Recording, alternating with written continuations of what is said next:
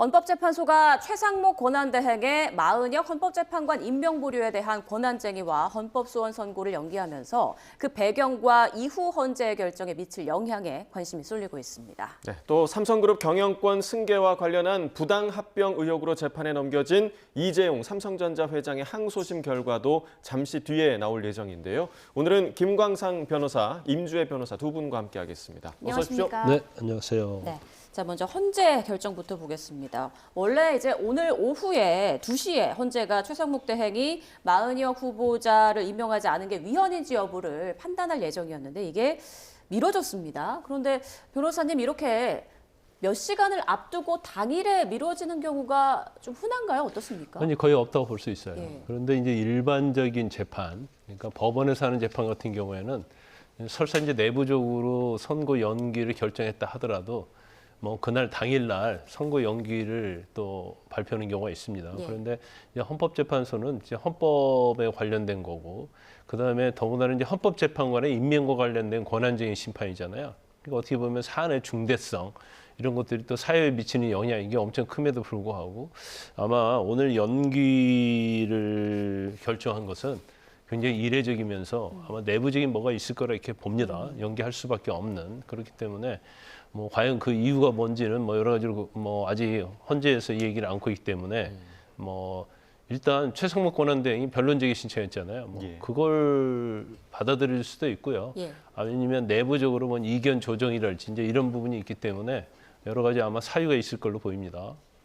네, 사실 오늘 그 권한쟁의와 또 헌법소원 두 가지 모두 결론이 날 것으로 예상이 됐었는데 자 이렇게 연기가 되면서 이후에 헌재 일정은 좀 어떻게 되는 겁니까? 그렇습니다. 결국 최상목 권한대행이 신청을 했던 변론을 다시 재개해달라는 요청이 받아들여졌다 이렇게 볼 수 있을 것 같은데 재판부에서 그러니까 31일에 이제 최상목 권한대행에게 관련해서 이제 의견서 서류를 제출해달라 이렇게 얘기를 했는데 최상목 권한대행이 더 검토할 시간이 필요하다 그렇기 때문에 변론을 재개해달라 이런 주장에 대해서 좀 이유가 있다 일단 판단한 것 같습니다. 변론이 이제 재개되게 되기 때문에 이제 오는 10일 2시에 다시 변론이 시작되게 되고 선고 일정은 추후에 다시 정해질 수 있을 것이라고 봅니다. 예. 네. 자, 이렇게 헌법소원 권한쟁의 심판 선고가 연기되자 윤석열 대통령 측이 오늘 입장을 밝혔는데 헌법재판소의 졸속 심리에 첫 제동이 걸렸다. 당연한 조치다 이런 입장을 냈더라고요. 근데 이제 좀 마은혁 재판관 임명과 관련된 부분은 예. 사실은 좀 빠른 감은 좀 있긴 있어요. 왜냐하면 이제 다른 탄핵 소추된 한덕수 권한대행이랄지 이제 여러 명이 또 있지 않습니까? 근데 거기에 대한 속도는 굉장히 느리면서 헌법재판관 임명이 된 것은 어떻게 보면 이거 결정하는 것 자체가 헌법재판관 임명 자체를 헌법재판소에서 하기 때문에 이게 셀프 임명이 아니냐 예. 이런 비판도 있었고 더군다나 이제 국민의힘이랄지 이제 보수 측에서는 너무 속도가 빠르다는 거에 대해서 사실은 굉장히 비판의 논조가 강했었죠. 그래서 아마 그런 부분도 좀 작용했을 가능성이 크다 이렇게 보고요. 최상목 권한대행이 물론 변론 재개 신청을 했기 때문에 형식적으로는 이걸 받아들이는 그런 모습을 취할 수도 있지만 지금 정치적으로 굉장히 논란이 많이 있는 사안이고 더군다나 최상목 권한대행이 뭐 조금 이따 얘기하겠습니다만은 재개 신청 사유를 보면 이게 아주 중요한 건 아니에요. 그러니까 여야 합의회에서 뭐 그 당시에 했는데 원내대표의 뭐 증인으로 부른다랄지 아니면 뭐 진술서를 내겠다 이건데 사실은 이와 관련돼서 이 심리가 거의 많이 된 상태거든요. 그렇지만 이걸 이제 받아들인 이유는 결과적으로 너무 빨리 하니까 이게 졸속이 한 거 아니냐라는 거하고 또 마은혁 재판관 자체에 대해서 여기서 만약 헌재에서 어떤 결정을 하든 간에 이건 논란이 많이 있을 수밖에 없거든요. 그래서 아마 물론 뭐 형식적인 절차도 중요하고 실질의 내용도 중요하지만 아마 헌재도 약간의 어떤 시간을 가지고 이걸 결정하는 게 낫겠다라는 판단했을 가능성이 높다 저는 그렇게 봅니다. 네, 자, 그러니까 이 사안이 어떤 사안인가를 궁금해하시는 분들도 이제 있을 수도 있는데요. 예정대로라면 오늘 헌재가 결정을 내릴 예정이었는데 관련해서 지난해 12월에 있었던 이 최상목 권한대행의 결정 그 목소리를 좀 듣고 오겠습니다.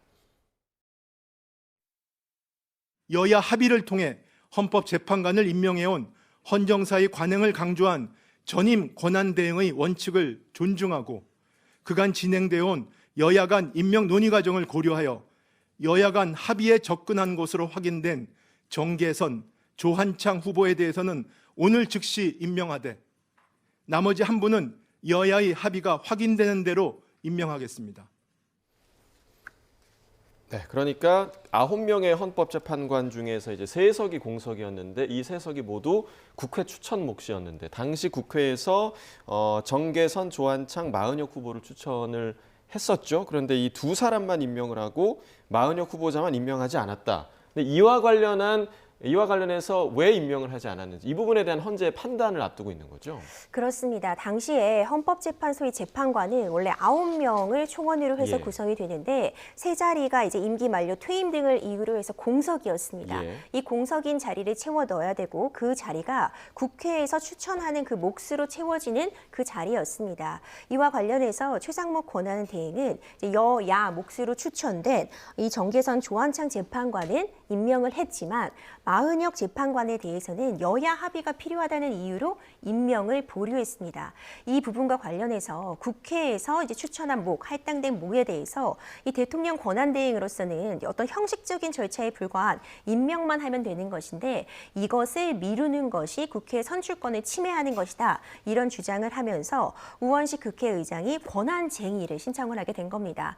이제 이와 관련해서 과연 이 마은혁 후보자에 대해서 임명을 이 최상목 권한대행이 해야만 하는 것인지 이것을 안 한 것이 어떤 문제가 있는 것인지 이 부분에 대해서 권한쟁의 심판이 오늘 이제 선고가 예정이었는데 조금 더 이제 심리가 진행될 것으로 봅니다. 네.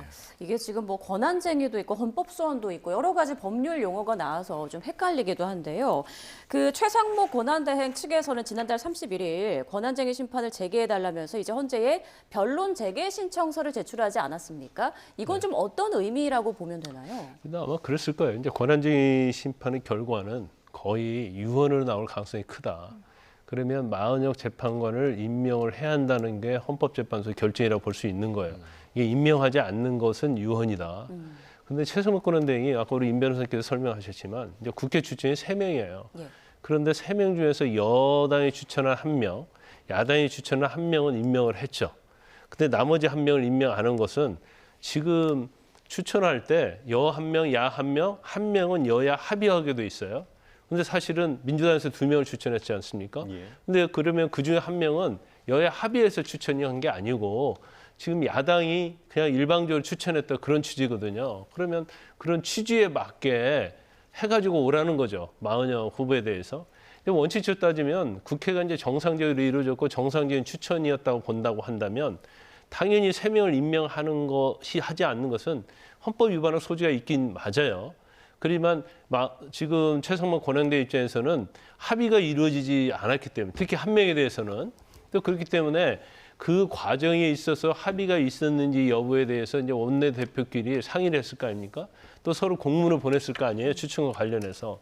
그러면 이거 합의를 볼 수 있는지 없는지 합의가 안 됐다. 마은혁 후보자에 대해서는 아니면 이제 3명에 대해서 합의가 안 됐고 2명에 대해서는 여야 1명씩에 임명했기 때문에 이제 그에 대한 정당성 아마 이런 걸 입증하려고 온 것 같아요. 그래서 관련된 뭐 추천 공문과 관련해서 원내대표를 증인을 부르든지 아니면 원내대표 증인에 나오지 않겠다고 하면 결과적으로 진술서라도 작성해서 제출하겠다. 예. 그러면서 최상목 권한대행이 거부했던 이유에 대해서 사실 이제 정당성 이제 그런 걸 입증하기 위해서 변론 제기 신청을 한 거죠. 네. 예. 자, 방금 들어온 속보 좀 전해드리고 계속 헌재 관련 얘기 이어가도록 하겠습니다. 지금 고등법원에서는 이재용 삼성전자 회장의 부당합병 회계부정 관련 항소심 선고가 진행되고 있는데요. 지금 법원에서 사건 내용이 굉장히 방대하다. 그래서 판결 내용이 800쪽이 넘는 상황인데 다 설명하긴 힘들고 1시간 안으로 진행하도록 하겠다. 이런 말이 있었다고 합니다. 네, 법원에서는 이제 증거 능력에 대한 판단에 대해서 먼저 이제 설명을 진행을 하고요. 삼성 바이오로직스, 그러니까 제일모직의 산하 기업이었죠. 삼성 바이오로직스 서버 압수수색에 대한 적법성 입증이 부족하다. 그리고 검찰에 제시한 장충기 전 삼성 미래전략실 사장의 휴대전화 증거가 영장주의를 침해를 했다라는 이야기를 한 것으로 전해지고 있습니다. 자, 영장주의를 침해했다. 이거 지금 변호사님 좀 어떻게 좀 봐야 하는 건가요? 근데 영장주의라는 것은 아마 제가 볼 때는 저는 압수수색 영장을 말하는 걸로 볼 수밖에 없어요. 예. 그래서 일단 지금 상속물산 제일목적 합병 과정에서 압수수색을 수없이 했거든요. 근데 그 과정에서 제일 중요한 것이 이제 전자와 관련된 문서일 겁니다. 근데 문서에 관해서 이제 압수수색했는데 이제 압수수색하면 전자문서 같은 경우는 특히 당사자 참여를 보장을 해야 하고 예. 그다음에 거기에 있는 모든 것을 증거로 쓸 수 있는 게 아니고 이제 선별적으로 이제 당사자의 참여하에서 해야 하는데 아마 그 절차에서 이게 문제가 있기 때문에 설사 이게 지금 이재용 회장에 대한 죄에 있어서 유죄의 증거가 된다 하더라도 이거 자체는 유법 수집 증거이기 때문에 이건 이제 증거를 쓸 수 없다는 거예요. 그래서 우리가 이제 오늘 항소심 이재명 회장에 대한 재판에 있어서 이재용 이재용 회장에 대한 재판에서 제일 중요한 부분 중에 하나가 이제 증거 능력에 관한 거였거든요. 예. 그래서 결국 1심에서는 그 증거 능력을 부정을 했단 말이에요. 유법 수집 증거라 해서 그 증거로 채택할 수 없었다 했는데 이제 그 부분을 지금 확인을 다시 2심에서 해준 거예요. 예. 그러면 결과적으로 이재명 회장에 대한 범죄 혐의에 대해서도 뭐 상당히 많은 부분 일부에 대해서 이제 무죄가 될 가능성이 크다 이렇게 봅니다. 네. 예. 자, 이재용 삼성전자 회장의 항소심 선고 관련 내용 들어오는 대로 저희가 계속 또 속보로 전해드리겠고요. 헌법재판소로 다시 좀 얘기를 돌려보겠습니다. 앞서 그 윤 대통령 측에서는 우원식 국회의장이 낸 권한쟁의 심판 청구가 각하돼야 한다. 그러니까 국회에서 이제 의결을 거치지 않았기 때문에 절차적인 흠결이 있다. 이렇게 주장하고 있는데요. 이 부분은 좀 어떻게 봐야 할까요? 국회가 어떤 일을 하려고 할 때 뭐 탄핵을 청구하려고 할 때 이럴 때 보면 항상 나오는 단어가 있습니다. 의결입니다. 예. 국회에서 뭐 의결 정족수가 어떻게 된다. 뭐 국회의원 과반수가 참석해서 과반수의 표결로 이루어진다. 이런 내용들 들어보셨잖아요. 그런데 지금 이 국회의 이름으로 권한쟁의 심판을 청구하려고 할 때 어떤 의결에 대한 부분이 헌법이나 뭐 국회 관련 법률에 규정되어 있는 바는 없습니다. 하지만 국회법 이제 109조에 따르면은 국회에서 어떤 일을 하려고 하려면 의사를 결정할 때 그 규정이 없다고 하면 제적 의원 과반수가 출석을 하고 과반수 이상의 찬성으로 정하여야 한다는 규정을 갖고 있습니다. 이를 근거로 해서 윤석열 대통령 이 변호인단 측에서는 그렇다면 어떤 규정이 없다면 이 규정을 전용을 해가서 적어도 국회에서 의결을 거쳤어야 되는데 국회 의결이라는 절차를 거치지 않고 우원식 국회의장이 바로 국회가 권한쟁의 심판을 청구하는 그런 형식을 취하고 있는 것이 문제가 된다. 이렇게 주장을 하면서 그렇기 때문에 소송 요건을 흠결했기 때문에 각하되어야 한다. 이런 지금 주장을 펼치고 있는 상황입니다. 네. 자, 헌재가 이번 그 결정을 내리기까지 과정에서 핵심 쟁점은 아마도 최상목 권한대행이 말했던 조금 전에 이제 들어봤었죠. 여야 합의 여부일 것으로 전망이 되는데 지난 헌재에서의 1차 변론기일 당시 상황을 잠시 보고 이야기 이어가도록 하겠습니다. 작용 요건을 갖추고 선출 절차에 하자가 없다면 바로 임명해야 된다고 보는 입장이십니까? 그 점에 대해서는 네. 저희도 뭐 그런 의견이었습니다. 알겠습니다. 그러면 여야 합의가 그 재판관 선출의 법적인 절차적 요건은 아니라는 그건 법적 입장이시죠? 요건은 아니라고 아니죠? 봅니다. 도대체 무엇을 근거로 두 분은 여야 간 합의가 있었고 한 분은 여야 합의가 없었다고 판단을 하는 것인지 그거를 판단할 권한이 그 권한 대행한테 있는 것이냐. 자, 지금 두 재판관들의 그 최상목 권한대행 측에 대한 질문이 있었는데 이 질문의 의미를 저희가 좀 어떻게 좀 바라봐야 할까요? 일단 뭐 결론적으로 말하면요. 지금 헌법재판관이 질문한 것은 예. 이건 다 세명대 임명해야 하는 것이 아니냐. 이제 이걸 말하는 거예요. 예, 예. 그래서 이걸 이제 구체적으로 설명을 드리면 첫 번째 이제 자격 요건이라는 게 있잖아요. 예를 들어서 헌법재판관을 하려면 몇 년 이상 법적 경력이 있어야 하고 근데 그것이 흠결이 있다고 한다면 이 선출 전체가 무효거든요. 그다음에 두 번째는 지금 국회 의결을 거쳤단 말이에요. 그러면 지금 내부적으로 여야 합의에서 선출하기는 돼 있지만 국회 의결을 거쳤기 때문에 선출 절차에서는 아무런 문제가 없다. 그러면 저 세 명이 국회 의결을 거쳐갖고 추천이 된 거 아닙니까? 그러면 세 명은 다 똑같은 헌법재판관을 임명을 해야 한다는 걸 의미하는 걸 보입니다. 예. 헌법재판관들의 이 얘기 들으면. 그래서 그중에 어떤 사람에 대해서는 여야 합의가 있다고 그래서 두 명은 임명을 하고 뭐 합의는 아니죠. 이제 단독으로 했으지만 이게 약간 이렇게 말의 의미는 좀 다를 수 있겠지만 그중에서 마은영 후보자에 대해서는 왜 합의가 없다고 해서 하는 것은 뭐 그대로 얘기하면 이게 법률 규정이랄지 명분이 없다 이제 그런 취지로 얘기하는 거예요. 예. 그런데 사실 지금 최상목 권한대행의 법률 대리인도 이제 그 부분에 대해서는 사실은 동의를 어느 정도 하고 있는데 예. 근데 그 헌법재판관이라는 게 물론 이제 법률적으로는 제가 볼 때는 당연히 임명하는 게 맞다고는 봐요. 그렇지만 이게 상당히 일반적인 법관과 다르게 이제 정치적인 측면도 좀 있는 거거든요. 더군다나 권한대행이라는 직위 자체는 이제 대통령 권한대행이 아닙니까? 그래서 본인 입장에서는 굉장히 절충적으로 한 거고 예. 이게 설사적으로 임명 자체가 형식적인 요건이다 할지라도 대통령이 임명하지 않으면 헌법재판관이 안 되잖아요. 그래서 임명을 하지 않은 거거든요. 예. 그래서 지금 최상목 권한대행은 정치적으로 해석을 한 거고 예. 헌법재판소 측은 법률적으로 해석을 하는 거예요. 예, 예. 그러면 헌법재판소에서 결정을 할 때는 법률적으로 하겠죠. 그러면 유언 결정을 내릴 가능성이 상당히 높다. 이렇게 저희가 추론해 볼 수 있는 겁니다. 네, 조금 전 변호사님께서 언급해 주셨어요. 그 국회 몫에 대한 대통령의 임명권이 형식적인가 아니면 실질적인 것인가 이 부분도 중요할 것 같은데 관련된 법 규정이 있습니까? 일단 헌법재판소법 제6조를 보면요. 재판관의 임명이라는 규정이 있습니다. 조문을 보면 재판관은 대통령이 임명한다 이렇게 되어 있고 이 경우 재판관 중 3명은 국회에서 선출하는 사람을 3명은 대법원장이 지명하는 사람을 임명한다 이렇게 규정이 되어 있습니다. 네. 이와 관련해서 지금 국회 측에서 주장하고 있는 부분은 국회가 선출한 일단 3명이 있으면 국회에서 올린 사람들이 있으면 대통령이 임명한다는 의미는 단순히 임명장을 주는 것에 불과하다. 국회에 선출한 것으로서 이미 재판관으로서의 지위를 사실상 갖는 것인데 임명장을 주는 그런 요식 행위가 필요한데 그것을 하는 것이 대통령의 역할이다. 이렇게 보고 있는 것이고요.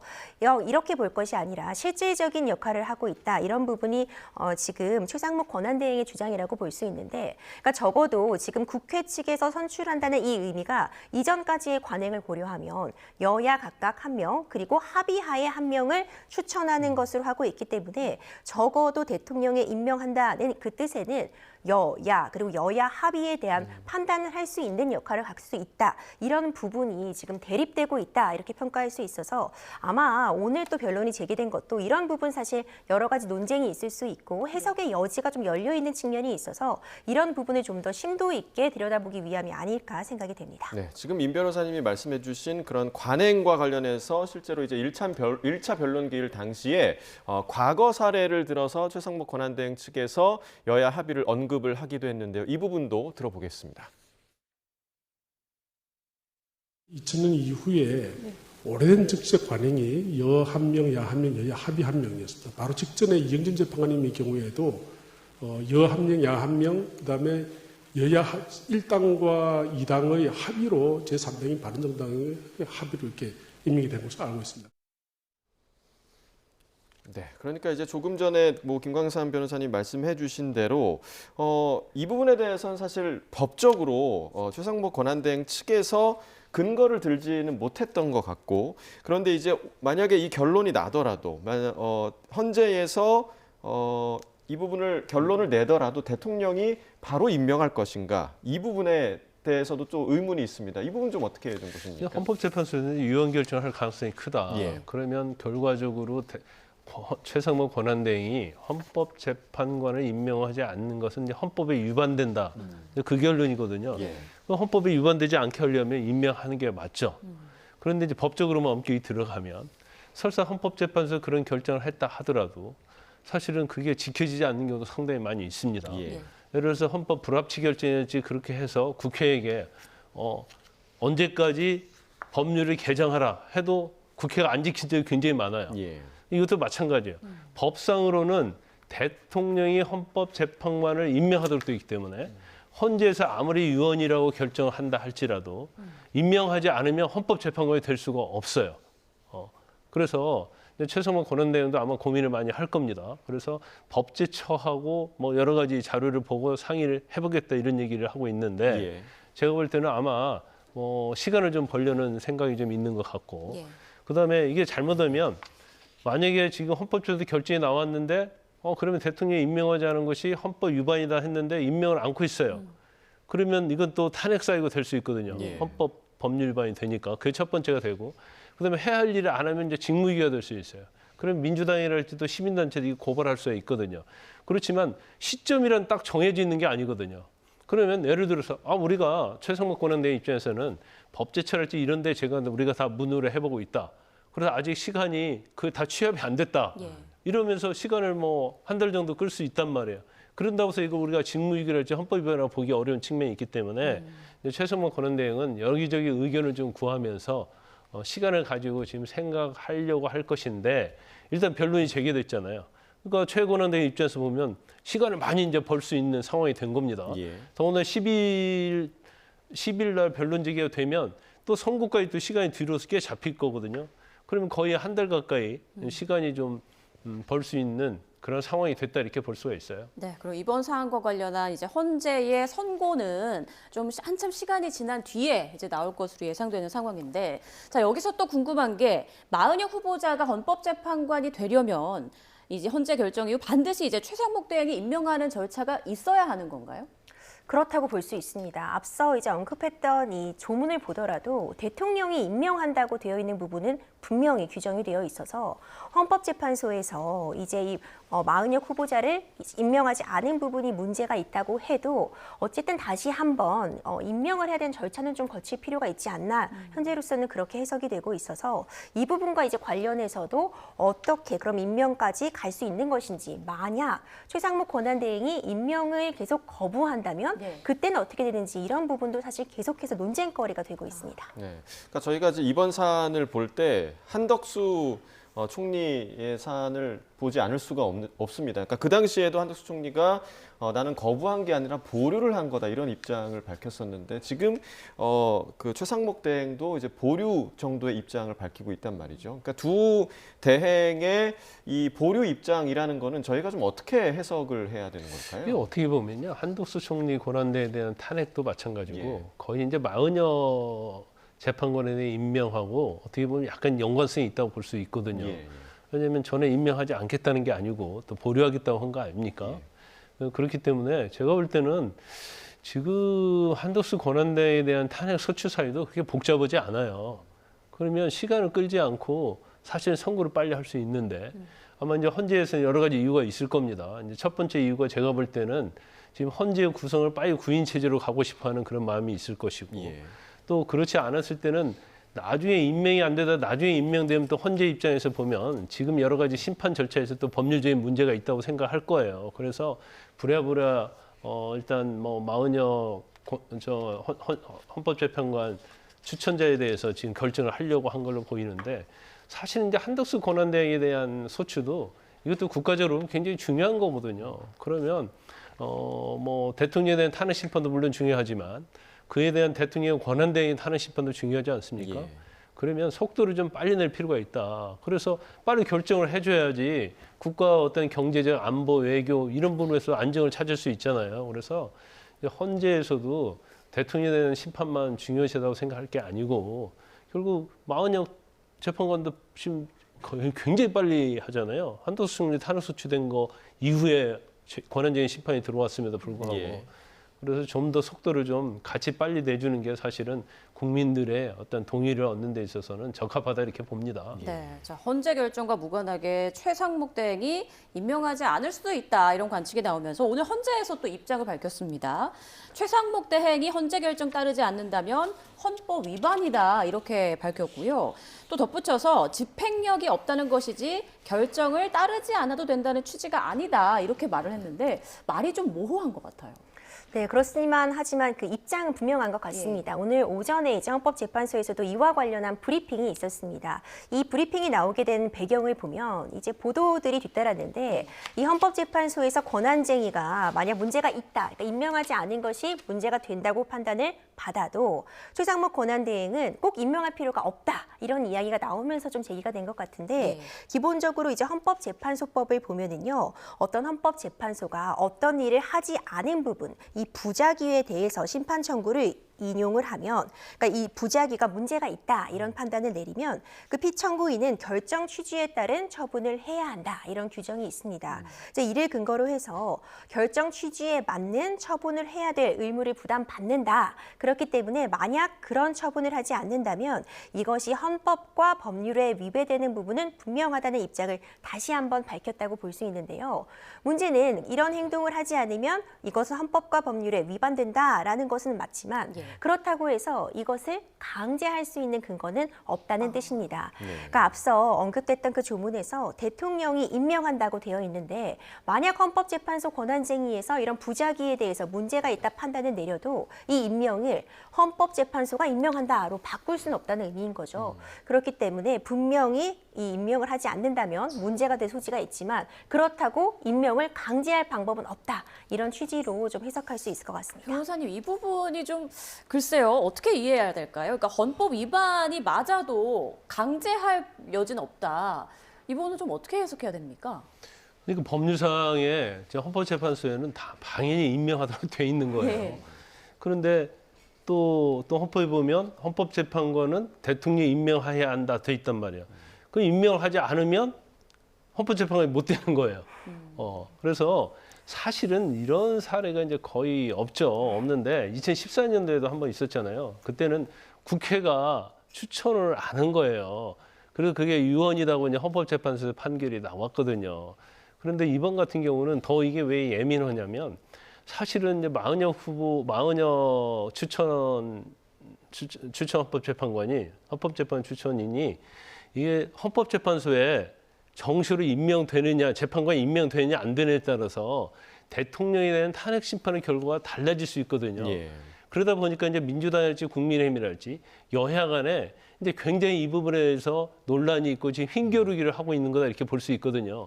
이게 단순히 대통령 탄핵 심판과 연관이 없다고 한다면 사실은 제가 볼 때는 논란이 없을 거예요. 설사 임명을 안 했다 하더라도 민주당이랄지 야권에서 문제 안 삼았을 거고 또 여당도 마찬가지겠죠. 그런데 이 한 명이 들어가냐 들어가지 않느냐에 따라서 탄핵 심판에 엄청 영향을 미친다고 판단을 하기 때문에 민주당에서는 지금 일단 탄핵 심판 자체는 인용되게 하려고 하는 의도가 있는 거고 예. 또 여당 입장에서는 이걸 기각시키는 의도가 있기 때문에 이 한 명 가지고 이렇게 논란을 많이 빚고 있다. 하지만 이제 법적으로 따지면 우리가 이제까지 쭉 얘기했지만 임명하는 건 맞죠. 맞지만 대통령 권한대행 임명 안 하면 헌법재판소의 이론이 될 수 없어요.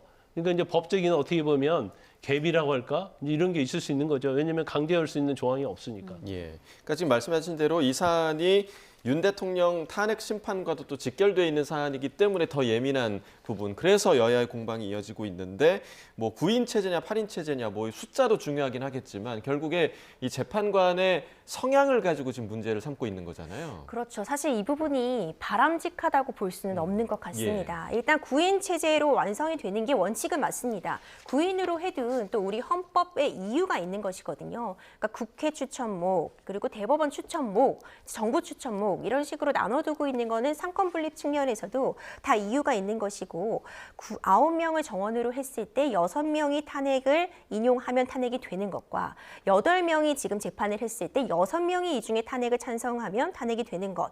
어떤 차이가 분명히 있을 수는 있을 것입니다. 그런데 지금 사실 문제가 되고 있는 건 어떤 성향 나누기가 더 큰 문제가 되고 있다고 보입니다. 그러다 보니까 뭔가 여야에서도 더 힘겨루기와 같이 이 한 명의 임명을 놓고 정치적으로도 크게 공방이 일어나고 있는 것이고요. 이와 관련해서 권한쟁의가 나오고 또 최상목 권한대행은 고민을 하다가 결국 임명을 보류하는 선택까지 하고 이 모든 것이 사실 어떤 정치적인 성향에 따라서 판단이 달라질 수 있는 건 아니냐, 어떤 재판관이 정치적 성향을 띠고 있는 건 아니냐, 또 이런 의혹 때문에 또 제기되고 있어서 바람직하지는 못한 상황이다 이렇게 볼 수 있습니다. 이준수 이제 방통위원장에 대한 탄핵 기각 때도 보면 4대4로 나눴잖아요. 네.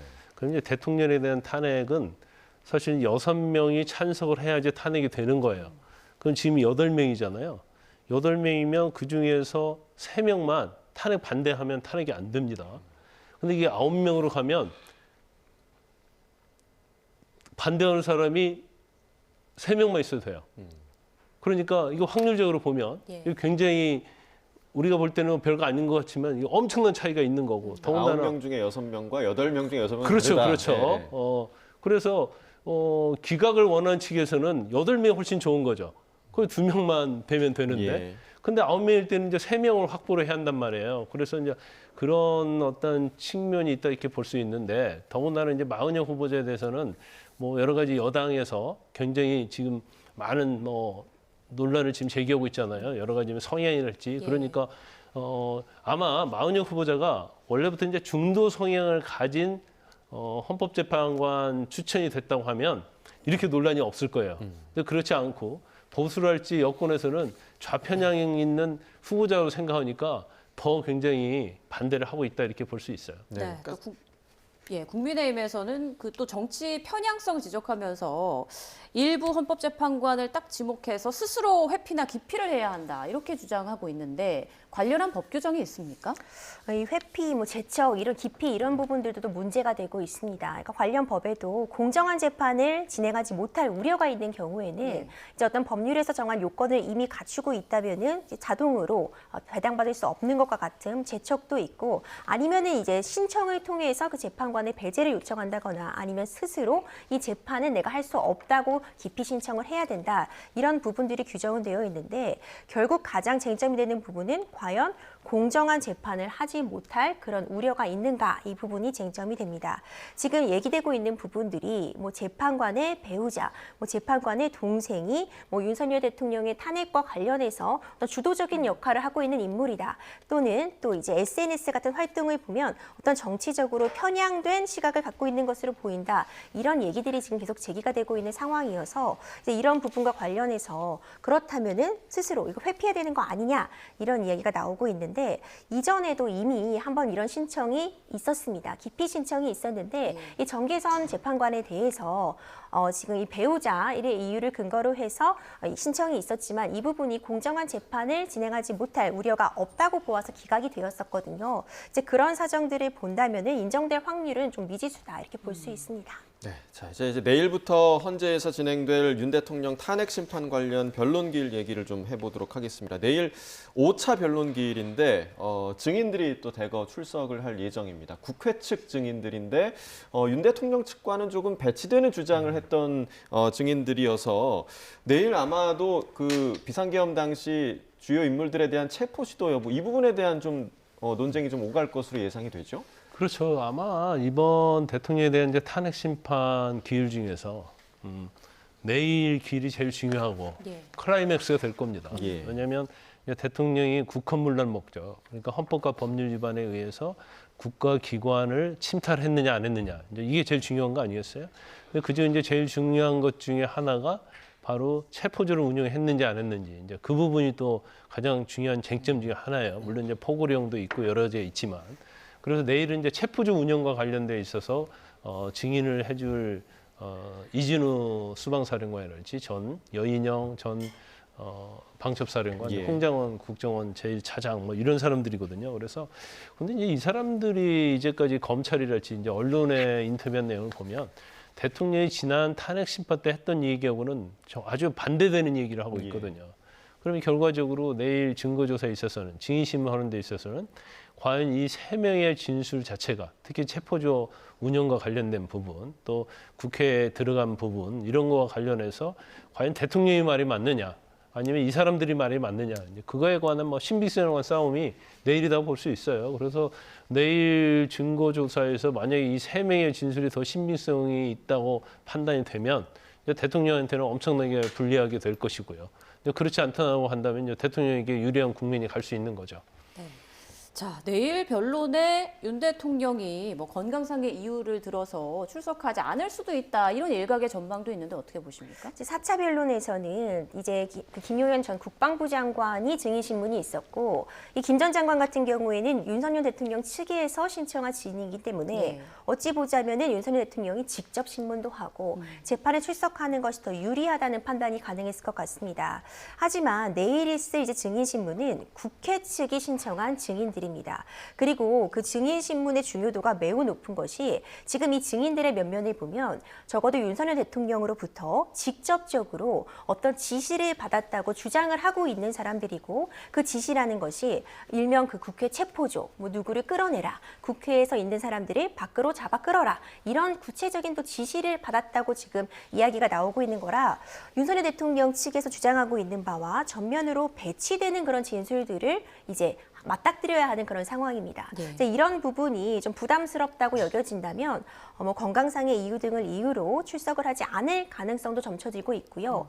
하지만 이제 이 헌법재판과 관련해서는 탄핵 심판에 특별한 사유가 없는 한 앞으로 남은 변론기일에 모두 출석하겠다고 밝히고 있고 경우에 따라서는 더 적극적으로 이 증인 신문이나 아니면 변론에 참여할 가능성도 여전히 열려 있는 상태라 이 부분은 좀 더 지켜볼 필요가 있어 보입니다. 네, 자, 내일 출석할 증인들이 이제 어떤 방향으로 증언을 할 것인가 이 부분이 가장 주목되는 부분인데 사실 앞서서 김용현 전 장관 측에서는 대통령 측에 좀 유리한 증언들을 많이 내놨고 내일 만약에 이 증인들이 다 지금 피고인이잖아요. 그래서 만약에 대통령 측에 유리한 증언을 한다라고 한다면 오히려 본인들의 죄가 더 무거워지거나 뭐 그럴 여지는 없는 겁니까? 어떻게 좀 보세요? 아니 그럴 수 있죠. 그러니까 예를 들어서 이제까지는 이제 대통령으로부터 뭐 비화폰을 전화 받아가지고 직접 지시 명령 받았다 이렇게 주장했잖아요. 근데 그게 한두 번 한 게 아니고 이제 국회에서도 하고 제가 볼 때는 아마 검찰 조사에서도 다 얘기를 했을 거예요. 더군다나 또 언론 인터뷰에서도 다 했지 않습니까? 그런데 그거에 대해서 본인들이 말 바꾸기는 굉장히 어려울 것이다 이렇게 보고요. 그다음에 대통령이 지시하지 않았음에도 불구하고 뭐 체포조를 운영하려고 했다랄지 그러면 뭐 사실 이 피고인들에 대해서는 관여 정도가 좀 더 중하다고 볼 수 있어요. 그래서 형량에도 영향을 미칠 수 있다. 이 사람들은 탄핵 심판 대상이 아니고 형법 재판의 대상이거든요. 그래서 결과적으로 형량에 영향을 미칠 수도 있는데 근데 저는 개인적으로 볼 때는 그래요. 이제 대통령이 지금 이 세 명과 완전히 다른 말을 하고 있잖아요. 그러면 대통령이 오히려 심판에 참석을 해서 이 사람들의 진술에 있어서 이렇게 뭐 대리인이 나와서 하는 것보다는 대통령이 정말 확실하게 그런 적이 없다고 한다면 거기에서 당신들이 잘못 알고 있는 내용을 오히려 하나하나 짚어가면서 뭐 증언을 하도록 하는 게 맞지 않나 싶습니다. 그래서 일단 뭐 제가 볼 때는 이제까지 모든 탄핵 심판에 나오겠다고 했기 때문에 나올 가능성이 크다. 그렇지만 만약에 내일 안 나오면 또 언론이랄지 여러 가지 또 논란이 있을 수 있을 거예요. 그래서 제가 볼 때는 뭐 여러 가지 생각을 하고 있지만 나오지 않을까 싶습니다. 네. 자, 이런 가운데 오늘 여당 지도부가 서울구치소에 수감 중인 윤 대통령을 접견했습니다. 오늘 접견을 마친 뒤에 나경원 의원의 목소리 잠깐 들어보겠습니다.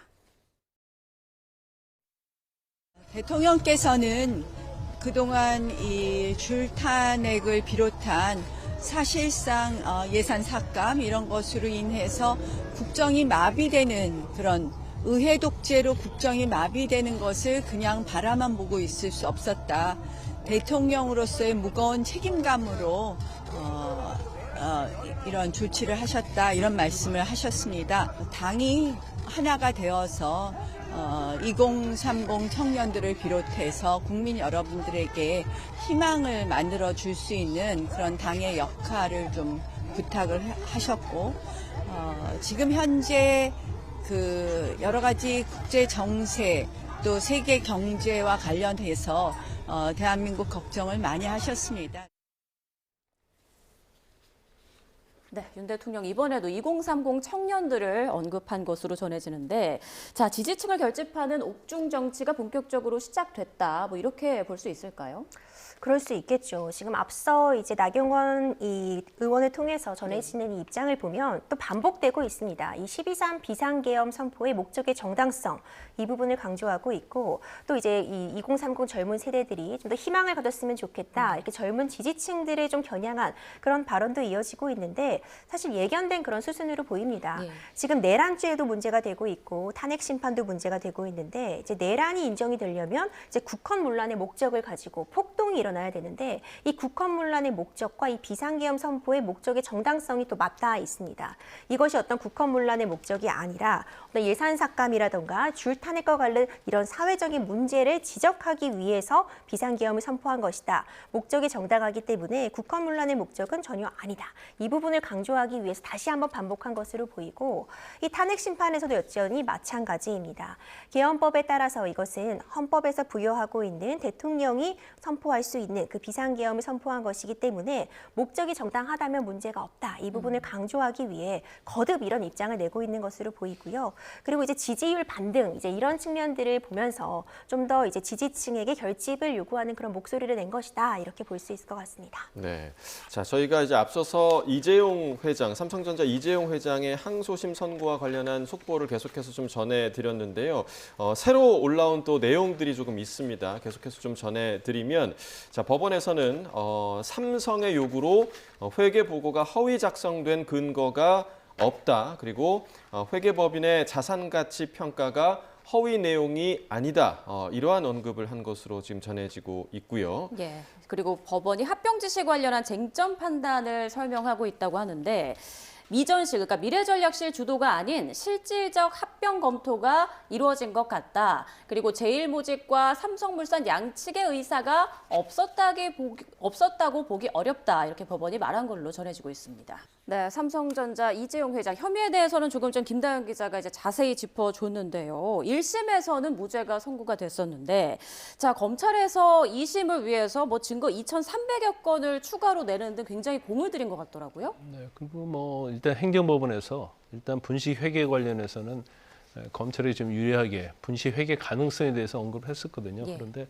이제 행정재판하고 형사재판은 좀 틀리죠. 형사재판은 엄격한 증거에 의해서 하는 거고 행정재판은 좀 그래도 완화된 거고 민사나 행정재판은 형사재판에 영향을 거의 미치지 않고 형사재판의 결과는 행정이나 민사재판에 영향을 미칩니다. 그래서 이제 언론에서는 행정재판에 약간 다른 결과가 나왔으니까 항소심이 좀 뒤집어지는 게 아니냐 하는데 결론적으로 이제 같이 가고 있는 것 같아요. 1심은 똑같이 무죄로. 그런데 이건 뭐 단순 19건이긴 되는데 뭐 간단하게 설명하면 삼성물과 제일모직 합병 과정에서 생겼던 행위에 대해서 여러 개의 어떤 범죄 행위를 검찰에서 적용을 한 겁니다. 그래서 이 합병 자체는 경영권 승계를 위한 거고 그 과정에서 삼성물산 가치를 낮추고 제일모직의 가치를 높이기 위해서 삼성바이오로에서 분식 회계를 한 거고 주가 조작을 한 거고 부당 거래를 한 거고 그래서 거기서 이제 출발을 하는 것들이거든요. 그래서 그것이 경영권 승계가 위한 의도적인 것이 아니었다라고 한다면 나머지도 다 그렇게 유죄가 될 가능성이 없는 사건이에요. 어떻게 보면 실타래처럼 다 얽히고 있는 그런 사건이거든요. 그래서 지금까지 나온 여러 가지 걸 보면 다 무죄로 갈 가능성이 크다. 물론 이제 19건이나 되기 때문에요. 또 그중에 또 사소한 것들에 한해서는 또 유죄 판결 가능성도 있을 거예요. 예. 하지만 큰 어떤 그 타이틀 안에서 보면 삼성물산 제일모직 합병과 관련해서 보면 중요한 부분에서는 거의 다 무죄가 나올 것이다 이렇게 봅니다. 네. 자, 방금 들어온 속보를 좀 전해드리겠습니다. 오늘 오전부터 이제 경찰에서 김성훈 경호처 차장과 이광우 경호본부장의 사무실에 대한 압수수색에 나섰는데 그 박종준 전 경호처장 변호인이 언론에 좀 일부 말을 했다고 합니다. 자, 앞서 그 2차 체포영장 집행 저지를 지시했다라는 이광우 경호본부장의 경찰 진술에 대해서 박종준 전 경호처장 측에서 이제 반박을 했습니다. 출석 당일도 차벽, 철조망을 점검했느냐는 질문에 사실에 부합하지 않는다라고 말한 걸로 전해지고 있습니다. 네, 앞서서 이광우 경호본부장이 최근 경찰 조사에서 박종준 전 경호처장이 경찰에 출석하는 당일까지 관저 정문과 후문, 남문 등 이 관저 주변에 차벽과 철조망을 설치하도록 지시를 하고 현장 점검까지 마쳤다라고 주장을 했는데 이에 대한 반박을 박종준 전 처장 측에서 한 겁니다. 이에 따라서 박 전 처장과 경호처 강경파 사이의 진실 게임 양상을 보이고 있는데요. 이후에 또 다른 소식 들어오는 대로 저희가 계속해서 전해드리도록 하겠습니다. 자, 삼성전자 이재용 회장에 관련한 항소심 선고와 관련한 이야기를 저희가 좀 하고 있었는데 지금 계속해서 올라오고 있는 그런 속보들을 보자면 자, 1심 재판부가 상당수 검찰이 확보했던 그런 증거들의 증거 능력을 인정하지 않았었는데 지금 2심 재판부도 계속해서 증거 능력을 인정하지 않는 그런 분위기가 계속되고 있죠. 그렇습니다. 앞서 있었던 이 속보 자막으로 보더라도 1심에서도 문제가 되었던 그런 부분, 서버에 대한 압수수색 진행 과정에서 또 선별 절차 같은 부분을 거치지 않고 증거를 수집한 부분에 대해서 이것은 위법 수집 증거다 이렇게 판단했던 이제 1심의 어떤 재판부의 판단을 이제 그대로 2심에서도 좀 이어가고 있는 기조로 보입니다.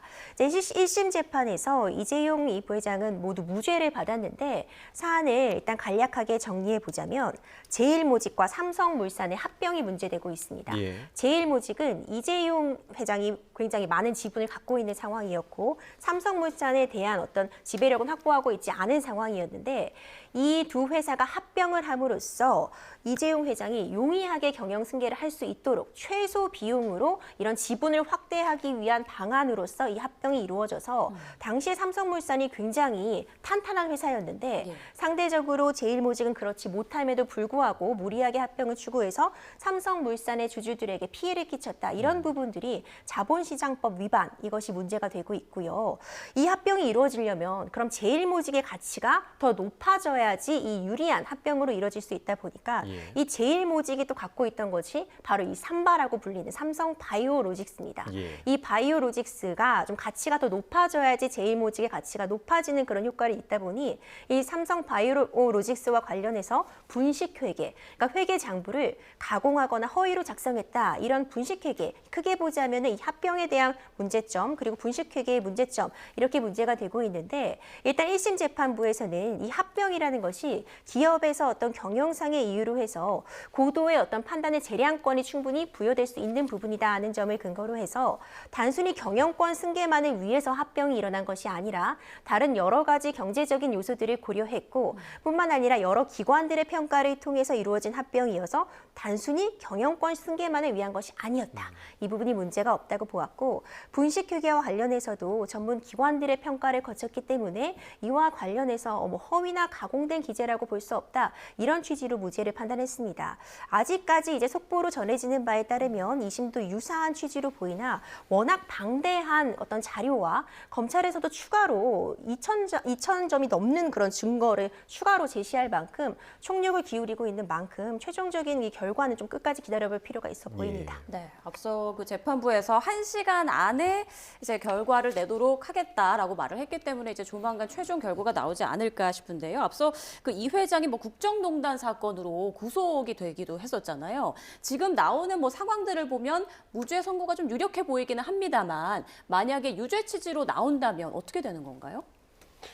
유죄 취지 말씀하신 거예요? 그런데 이제 그건 형량에 따라서 어떻게 달라질 수 있겠죠. 만약 실형 선고라고 한다면 결과적으로 대법원에서 확정, 뭐 2심에서 법정 구속할 수도 있고, 대법원에서 1심, 2심에서 법정 구속 안 된다 하더라도 대법원에서 확정이 돼버리면 사실 또 이제 구치소나 교도소 가야하는 그런 처지인데 지금 상황 보면 뭐 그럴 가능성은 뭐 별로 없다 이렇게 보고요. 지금 이재명 회장이 죄송합니다. 제가 정치평론을 하도 많이 했어요. 이재용 회장이 지금 이 재판으로 인해서 아마 100회 이상 출소를 했을 거예요. 그러니까 사실은 기업을 운영하는 데도 굉장히 많이 문제가 됐겠죠. 더군다나 이 사건 자체에 대해서 전체가 또 무죄가 나오고 대법원에서 또 확정이 된다고 한다면 이건 이제 검찰이 기소를 잘못했다 이렇게 볼 수밖에 없고 그 당시에도 사실은 이 사건에 대해서 검찰 심의위원회에서 이걸 불기소하는 게 맞다. 수사 중단하라. 그런 의견이 있었음에도 불구하고 검찰에서 이제 기소를 한 사건이거든요.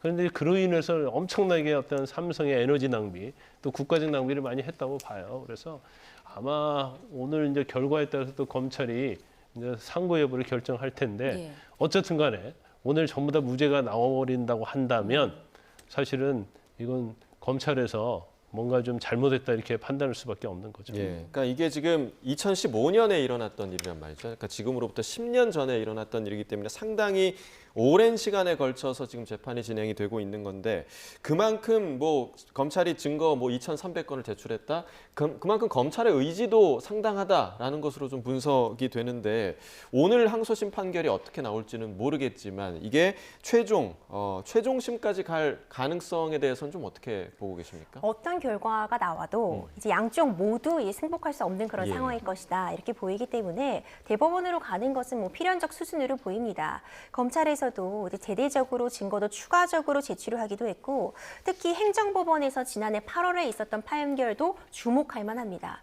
그런데 좀 유심하게 볼 부분은 이 행정법원에서 사실 삼성바이오로직스가 승리한 판결이라고 볼 수 있어요.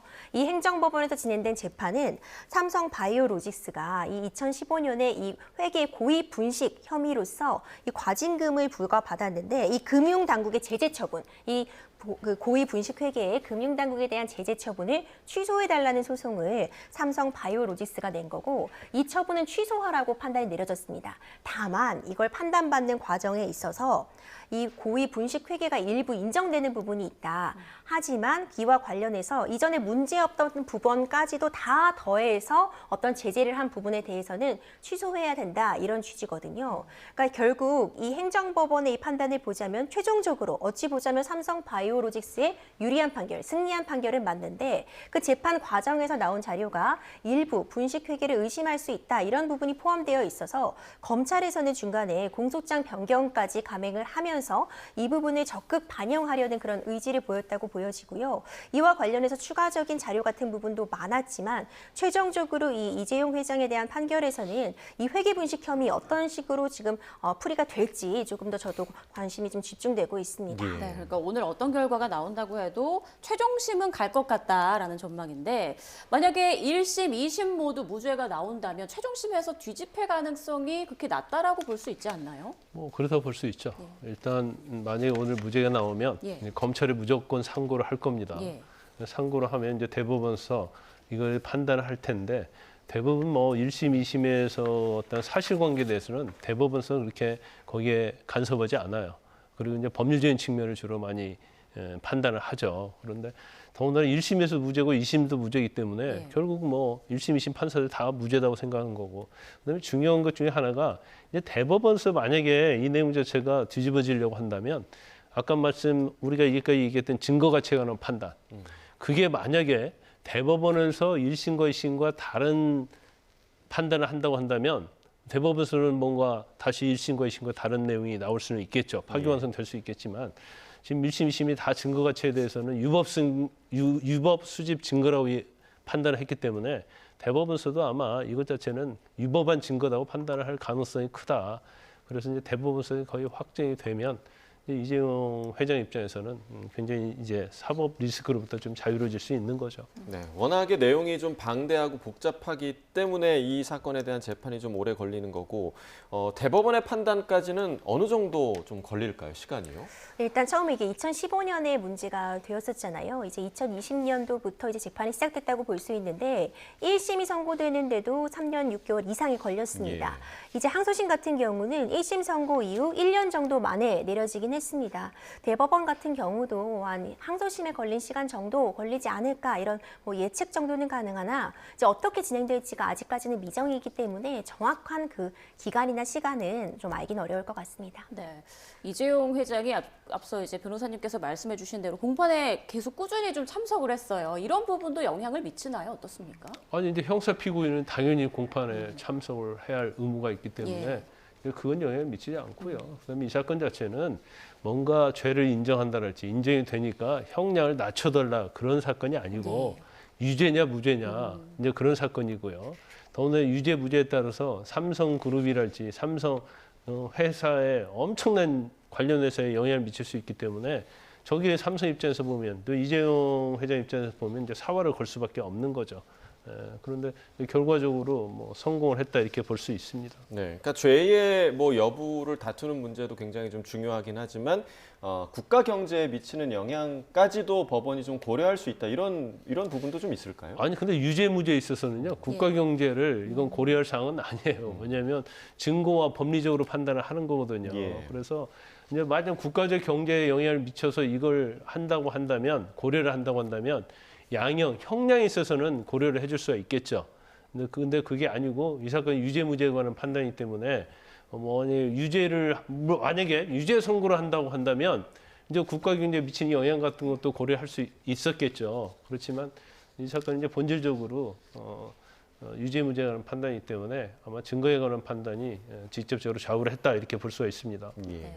자, 지금 전해지는 바에 따르면 당초 이제 법원에서 1시간 내에 좀 결정을 내리겠다, 이렇게 노력을 해보겠다 이런 언급이 있었는데 시간이 조금 지연되는 것 같습니다. 아무래도 내용이 많아서 좀 시간이 더 걸리는 것 같죠? 그렇죠. 사실 이전에 1심 재판에서도 그랬고 네. 그 전에 뭐 공소 제기하는 단계에서도 그랬고 사건 내용이 굉장히 방대합니다.